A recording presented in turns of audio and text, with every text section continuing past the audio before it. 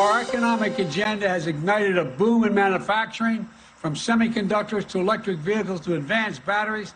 They're going to power those vehicles.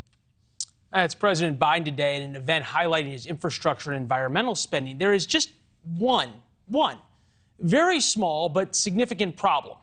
For all the president's green dreams, the same environmentalists who pushed through all the new climate spending that the president just talked about, the boom in manufacturing that's coming, those same people now want to block all the new construction in the name of, you guessed it, environmentalism. Take, for example, electric cars, like the president just talked about.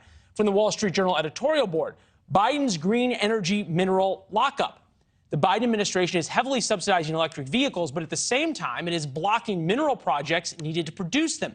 At least the administration is consistent on one point and wants to keep all of U.S. natural resources that could be strategic energy assets in the ground, referring also, of course, to oil. For electric cars, it would be minerals like lithium, cobalt, nickel, and graphite. If we don't mine them here, they come from either Africa or China. Leighton Woodhouse is here, freelance journalist, documentary filmmaker. It's good to see you. As you've talked to these environmental groups and done reporting on this, do they really care about the fact that they're, one hand, asking for all these programs and all this money and then blocking the construction when it comes time to do it? That's a good question. The latest story that I wrote with Michael Schellenberger, my partner in journalism at Public, is a story about a wind farm that's being developed off the coast of Nantucket. There is a whale called the North Atlantic right whale, which is off of the East Coast, that is so endangered that there's only about 350 of these animals left on the entire planet. And yet the Biden administration has greenlit a massive wind farm installation right on top of this whale's only winter foraging ground. If this whale if we lose one of these animals per year prematurely, it could send the entire species into extinction. And yet this wind farm could kill this whale in a number of ways: through vessel strikes from increased ship traffic, by scattering the zooplankton that are in that foraging ground, causing the whales to starve to death, through noise pollution, which is very disorienting for whales. So we're talking about building this wind farm. Forgive me. Isn't this the same whale that we're putting Maine lobster fishermen out of business to save? That is correct. So there's been regulation after regulation put on the lobster fishing industry because of those catch lines that the whales get caught in and that kills them.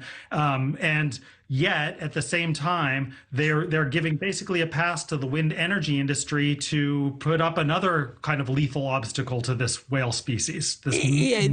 Trying to find intellectual consistency is hard, because at the same time, there's a huge mine that you could get all of the minerals and needed metals for all the electric car batteries in northern Minnesota, but evidently it is too destructive to some trees or something. The flip side of that is expanding high-volt transmission lines, which is one of the big keys to moving renewable energy from a place like Wyoming, wind farms out to California and out to the grid.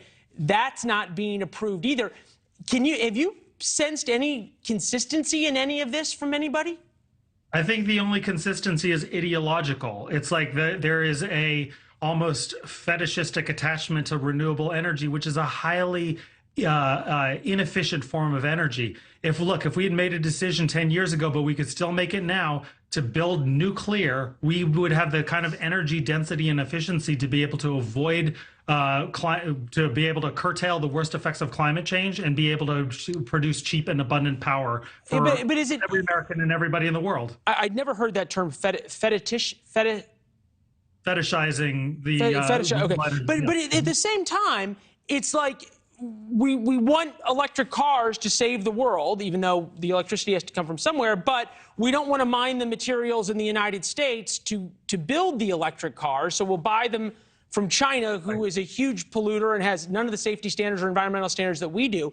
Is it more about the power that comes from the environmental lobby and from that ethos that it is actually about sort of the end result? I think it has a lot to do with that. So yeah, we're outsourcing the pollution, just like we're outsourcing the pollution associated with solar to China, and now we're outsourcing the environmental impacts of wind farms onto this whale species and onto marine wildlife in general. One thing that we point out in the article is that the wind energy industry has given millions of dollars to environmental groups, and these environmental groups are giving the wind energy a pass on this kind of destruction. So, go figure. Thanks for watching. Go to newsnationnow.com to find NewsNation on your television provider. And don't forget to subscribe. Click the red button to get more of NewsNation's fact-driven, unbiased coverage.